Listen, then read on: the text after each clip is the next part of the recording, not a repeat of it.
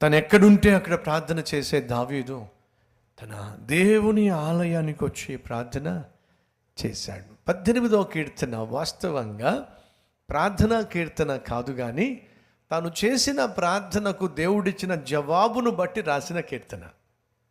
Right?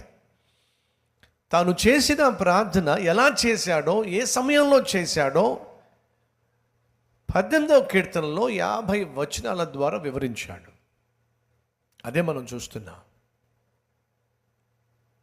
తన ఆలయములో దేవుడు నా మొర ఆలకించెను. మా సహోదరి సహోదరుడా విను, ఏకాంతముగా నువ్వు దేవుని సన్నిధిలో గడిపేటటువంటి వ్యక్తివైతే దేవుని మందిరాన్ని నువ్వు బహుగా ప్రేమిస్తావు. ఒక్క వరము నేను కోరుకున్నాను, ఏమిటట? చిరకాలము నీ మందిరం ఆలయములో నివసించాలి. లోకంలో 1000 దినములు గడుపుట కంటే ఏమిటట? నీ మందిరావరణములో 1 దినము గడుపుట శ్రేష్టము. ఇదంతా కూడా దేవుని పట్ల, దేవుని మందిరం పట్ల, దేవుని సన్నిధి పట్ల ప్రేమ కలిగిన వారిలో కనిపించేటటువంటి ఆత్మీయత. ఈ రోజుల్లో కొంతమంది బయలుదేరారు. మందిరానికి వెళ్ళాలా, మందిరంలో దేవుణ్ణి ఆరాధించాలా, ఇంటిలో ఆరాధించలేమా? గడిచిన సంవత్సరం అంతా ఇంట్లోనే ఆరాధించాం కదా, ఇంట్లోనే కూర్చుని వాక్యం విన్నాం కదా. ఎస్, నీకు తీవ్రమైన మోషన్స్ అనుకోండి, నువ్వు ఇంట్లోనే కూర్చుంటావు. ఆదివారం అయినా సరే తీవ్రమైన మోషన్స్ అయితే ఇంట్లోనే కూర్చుంటావు. అది ఆదివారం. మరుసటి ఆదివారం ఏం చేస్తావు చెప్పు? దేవుని సన్నిధికి వస్తావు రావా? ఎందుకని? మోషన్స్ కాబట్టి పోయిన సండే రాలేదు. ఎవరైనా ఒకవేళ మందిరానికి రాకపోతే మనం ఫోన్ చేసి ప్రేమతో పలకరిస్తాం, ప్రార్థన చేస్తాం, పరామర్శిస్తాం, కనుక్కుంటాం ఎందుకు రాలేకపోయారు. చెప్తారు వాళ్ళు, అయ్యా తీవ్రమైన అనారోగ్యం వల్ల రాలేకపోయా. ఎస్, తీవ్రమైన అనారోగ్యం వల్ల, హఠాత్తుగా వచ్చినటువంటి ఆపద వల్ల, లేక వచ్చిన ఆర్థిక సమస్య వల్ల, ఏదైనా దేవుని సన్నిధికి రాలేనటువంటి పరిస్థితి వచ్చి పడితే ఆదివారం రాకుండా ఉండొచ్చు. ఇప్పుడు నీ ఆరోగ్యం బాగాలేదు కాబట్టి నువ్వు దేవుని సన్నిధికి రాలేకపోయావు. మరి ఆరోగ్యం బాగున్నప్పుడు ఏం చేయాలి చెప్పండి? మాట్లాడరు ఏమిటండి? మీకు ఇలా కాదు, నాకు తెలిసి ఎలా చెప్పాలి. రండి వెళ్దాం రండి. ఎందుకో నాకు అనిపిస్తుంది దీన్ని దేవునితో ఒక రాత్రిగా మార్చేస్తే బాగుంటుందని చెప్పి. మీరు ఏదో చప్పట్లు కొడతారు అనుకున్నా నేను. వద్దులేండి మీ తప్పట్లు. 2వ రాజుల గ్రంథం 20వ అధ్యాయము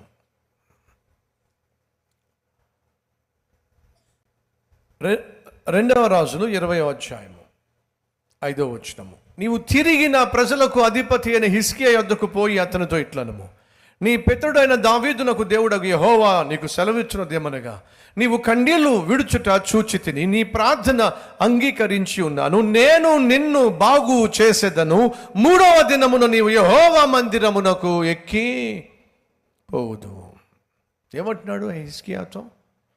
నీకు అనారోగ్యం వచ్చింది, అనారోగ్యం నీ ప్రాణాన్ని తీసేయబోతుంది, నువ్వు చచ్చిపోబోతున్నావు, నువ్వు చావబోతున్నావు, కానీ నేను నిన్ను స్వస్థపరుస్తాను. ఆరోగ్యం బాగోలేదు, మంచం పట్టేశావు, నేను బాగు చేస్తా. నువ్వు మంచం మీదే ఉన్నటువంటి నేను బాగు చేస్తా. 3వ దినమున నువ్వేం చేయాలి? నా మందిరమునకు రావాలి. ఇది దేవుని యొక్క ఉద్దేశం. ఆరోగ్యం బాగోలేదు కాబట్టి పోయిన వారం మందిరానికి రాలేకపోయావు. ఇప్పుడు దేవుడు కనికరించి నీకు ఆరోగ్యాన్ని ఇస్తే ఏం చేయాలి? దేవుని మందిరానికి రావాలి. కరోనా వచ్చింది, దాపరించింది కాబట్టి మందిరానికి రాలేకపోయావు. దేవుని మహాకృపను బట్టి ఆ కరోనా విపత్తు నుండి మనం బయటపడ్డాం, ప్రశాంతంగా ఈరోజు జీవించగలుగుతున్నాం. ఏం చేయాలి?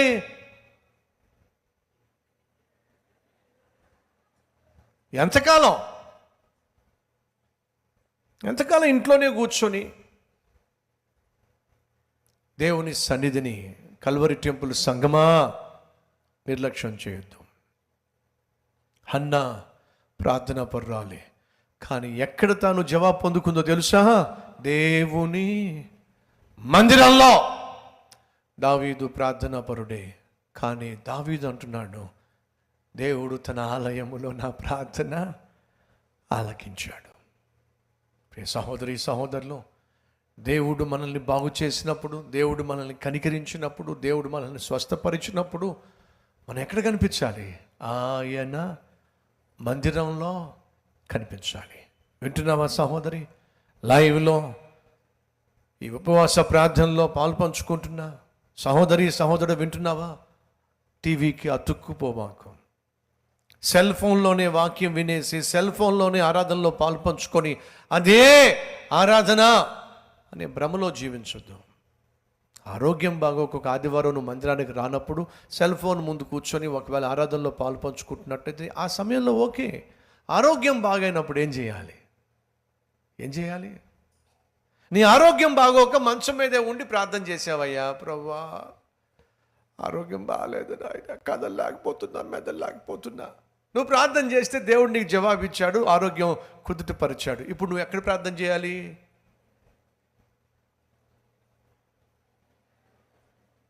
ప్రభువా మంచం మీదే పడుకున్న అలవాటైపోయింది నాయన, నాకు ఆ రోగం వచ్చినప్పుడు ఇలాగే మంచం మీద పడుకుని ప్రార్థన చేసేవాడిని. ఈ ప్రార్థన నాకు అలవాటైపోయింది నాయన, అందుకే మంచం మీద పడుకుని ప్రార్థన చేస్తున్నా. అలాగే ప్రార్థన చేస్తూ ఉండు అన్నాడు అనుకోండి, వాడికి లేస్తాడు మంచం మీద నుంచి. హలో, జాగ్రత్త. ఆరోగ్యం బాగాక నువ్వు మంచం మీద ఉన్నావు, అలాగే మంచం మీద ప్రార్థన చేశావు, నువ్వు లేవలేని పరిస్థితి. కాబట్టి దేవుడు కనికరించి నిన్ను బాగు చేసినప్పుడు ఏం చేయాలి? దిగాలి. ఏం దిగాలి? అది ఈ కరోనా విపత్తు వల్ల మనం అందరం కలిసి ఒక చోట కూర్చోలేని పరిస్థితి దాపరించింది. కాబట్టి మన గృహాల్లోనే ఉండాల్సి వచ్చింది. దేవుడు కనికరించి విపత్తు నుంచి మనల్ని విడిపించినప్పుడు ఏం చేయాలి? కదిలి రావాలి. అవునన్న వారు గట్టిగా చప్పట్లు కొడతారా? సహోదరి సహోదరుడా, నువ్వు కదిలి రావాలి. ఎంతకంటే సూటిగా, ఎంతకంటే స్పష్టంగా నీకేం కావాలో చెప్పు. వాక్యం.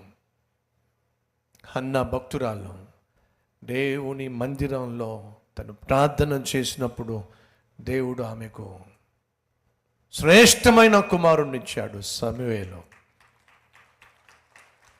దావీదు బహుశ్రమ గుండా వెళుతున్నప్పుడు అంటున్నాడు, అయ్యా నీ ఆలయములో నేను ప్రార్థన చేయగా నీవు నా ప్రార్థన ఆలకించావు. హిజ్కియా రోగంతో మంచం పట్టావు, చావవలసిన వాడివి, నువ్వు చచ్చిపోకుండా నేను 15 సంవత్సరాలు ఆయుష్ పొడిగిస్తున్నా.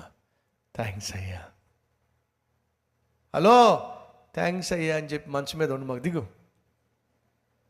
ఏం చేయమంటావు ప్రభువా? తిన్నగా నా మందిరానికి నడు. నేను బాగు చేసింది మంచం మీద సెటిల్ అయిపోవడానికి కాదు, నా మందిరంలో కనిపిస్తావని, నా సన్నిధిలో కనిపిస్తావని. కరోనా నుండి నిన్ను విడిపించింది. కరోనా వచ్చినా సరే నీ ప్రాణం పోకుండా కాపాడింది. కరోనా రాకుండా నిన్ను ఆదుకుంది. కారణం తెలుసా? నీవు నా సన్నిధిలో కనిపిస్తావని, నన్ను నీవు ఆరాధిస్తావని, ఆశ్రయిస్తావని. అంతేగాని ఇంట్లోనే కూర్చొని ఇదే చాలు, అని చెప్పిన వాక్యాన్ని, నేను ఏర్పరచుకున్నటువంటి విలువలను, ఏర్పరిచిన విలువలను నువ్వు సమాధి చేస్తావని కాదు. ప్రియ సహోదరి సహోదరులు, శ్రమ వచ్చింది. దావీదు ఏం చేశాడు? దేవుని మందిరానికి వచ్చి ప్రార్థన చేశాడు. హన్నకు శ్రమ వచ్చింది. ఏం చేసింది? దేవుని ఆలయానికి వచ్చి ప్రార్థన చేసింది. ఏం జరిగింది?